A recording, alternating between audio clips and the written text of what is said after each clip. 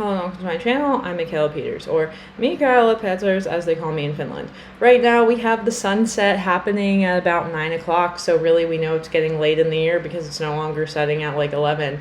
Crazy, and we're just about to get into August, which, fun fact, wait, have I ever been here this time of year? No, this is my first time in Finland from August 1st until probably the middle of August, because every single time I was either in the US or I think I was in Malta the other time before that. So yeah, I actually have not been here these exact dates in Finland, so that's pretty cool. But today I think I'm going to talk a little bit about like this whole postnatal care situation and how that works here and how different that is in the US. So I think I may have explained this already, but it's really cool that they actually come check the baby at your house. So the thing was they were supposed to do that tomorrow, but now the other problem I'm having is that I'm a little bit afraid that some of my stitches may have come out. Well, I think they did, and I went to like the local doctor today and they didn't seem too concerned about it, but then when I went to the pharmacist to go fill the script for this like numbing stuff they gave me, the pharmacist was like, hey, you're still technically a client of the clinic for the next 2 weeks, so I recommend you just go back to the hospital and try to like deal with whatever's going on, because based on what you explained to me, like she seemed more concerned even than the doctor. I also knew the doctor spoke Russian today, but like her English was actually fine, so I didn't tell her I spoke Russian. I have done that before, because I'm always like, I go in, I'm like, what's going on, Tia? And then like some of them are like, my English is terrible, let me get you somebody better. And I'm just like, hey, look, your English is better than my Finnish, so yeah. But no, but this doctor was good. Like she had no issues explaining anything in English, and I'm like, good for her. But yeah, so that's pretty awesome. But like I can just tell by the accents, you know, that people speak Russian. Yeah, so I guess like that's kind of what's going on, is that like then I called and I was like, hey, I'm worried about this thing, and then they're like, sure, just come to the hospital tomorrow. Okay, I'm gonna tell you something else that's really crazy, that is like so shocking to me, is that like you can bring your baby with you. Okay, you cannot do that in the US. Like when I would go to get my like ultrasounds in the US back when I was like still like I kind of did like care both here and in the US, because I was trying to figure out like where to birth. That was like a whole big thing. And I would go to like the hospital to go do my sonogram ultrasound things, and there would be all these signs like no children, like you can't bring your children. Whereas here, anytime I go to the wherever, like there's always a kid around and nobody cares. So there's that. Also, the thing that is super cool that I didn't know, and that like not everybody would know this. Also, I lived in Finland for literally like multiple years and did not know this until like it became relevant to me. But you can just get on the bus like with your baby for free, and that is so cool. So at first I'm like, I'm just gonna walk to the doctor's because I don't want to spend $1.20 or whatever I'm spending to get to the doctors, because like I could just walk. But then I was like, wait a second, I shouldn't be walking right now, honestly, because there's just too much pain, I'm gonna be honest. But like even like sitting like this kind of hurts, which is why I am laying down most of the time. That and feeding. But also, like, my mom's like, you can't lay down and feed the baby's not going to get used to, like, feeding upright. But I fed the baby 3 times today in public, 3 times, because that's what keeps her quiet and makes her stop crying. So, yes, I did that. And nobody really cared. It was fine. I mean, obviously, I had one of these cover things. But, no, she's fine. Like, yeah, the feeding thing really took some time to get used to. But anyway, the fact that you can bring the baby with you. So like I'm like, hey, you know, hospital, whatever. I'm like, I can bring the baby, right? And they're like, yeah, of course. And then today also when I went to the doctors, I was like, can I bring the baby? Yeah, of course. And I'm like, okay, cool. So that's one thing, but also like not something that like you can do in the US. You can't just like bring babies with you to doctor's appointments.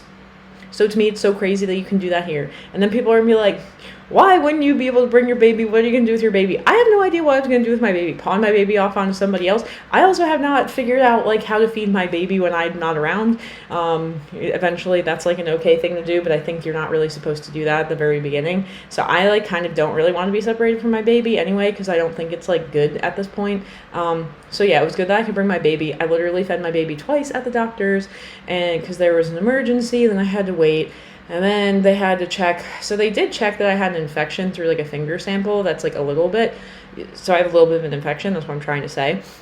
And then when I went to the doctor part, she was like, well, I'm going to call the hospital and see what they say. And they're like, it's not that bad, but like, if you're having issues in 3 to 4 days, you should go. And then when I went to the pharmacy, she's like, I think you should just go ASAP. And I'm like, yeah, we're approaching a weekend, so maybe I don't feel like letting this get worse over the weekend. So, yeah. So anyway, then I decided I'm just going to go tomorrow, and then I had to move around my Nebula appointment for them to come check the baby at the house, but they were like, okay, that's fine, and we'll just call you Monday. And I'm like, well, the baby's fine, like, there is nothing wrong, so, yeah, it's cool. But yeah, so it's just, like, very different, because especially, like, the fact that, like, the Nebula takes care of, like, kind of everything, whereas, like, in the U.S., we would have, like, the OB, which is like the obstetrician doctor, so that's like the doctor, the baby doctor for like the mom, and then we would have the pediatrician for the baby. My baby did see the pediatrician in the hospital, so yeah, but then the Nebula, I guess they just kind of make sure everything's fine and stuff. I don't know, I guess I'll talk about that when that actually happens, but it is super cool they come to your house, because that's like not something that happens in like the US, I'll tell you that. But yeah. So anyway, I'm not really sure what else I have to add to that, because that's kind of it, but just wanting to explain, like, you know, how it goes with, like, stuff being kind of different, because I think it is pretty interesting. The other thing that I've been taking, like, a lot of, well, I wouldn't say I've been, like, super considering this, but, like, it's something that's on my mind, is, like, that the vaccine schedules in different countries are so different, because I'm trying to figure out which vaccine schedule I want to follow, like whether I do want to follow the Finnish one or like the US one, because my baby will still spend some time in the US, because like my family lives there, so I have to bring my baby there and stuff. And you know, I don't know. I mean, it's just, I guess it's like wherever the kid's going to go to school. But then there was also the whole thing about me trying to figure out if I wanted the tuberculosis vaccine, because of the whole, okay, that was my email. This is a whole thing where apparently if you think there's a risk because you're around people from countries where there was a high tuberculosis situation. I also had to get an x-ray for this to like make sure I didn't have it because of like prolonged time in Kyrgyzstan. Yeah, so this is the one thing I keep talking about. Yes, talking about and thinking about. Also, I do talk a lot and then I forget who I tell what to where, so I may have already talked about this, but whatever. I realize when I watch other YouTubers' YouTube videos, they tend to get repetitive too, because they're kind of making the same points, because the channels are usually pretty focused on one thing. And again, this is focused on like experiences in Finland, and more particularly at this point, the healthcare differences, so some stuff may be repetitive anyway, just because of the nature of trying to stay relevant and within context throughout the duration of one entire video. So yes, I think that's going to be everything for today. I'm going to see how it goes tomorrow at the hospital, and then also see how things go at the Nebula. It's kind of cool not having a plan anymore. I have no plans at all in my life at all anymore. You know, like I really don't. I am bringing the baby back to the U.S. To present the baby to my family.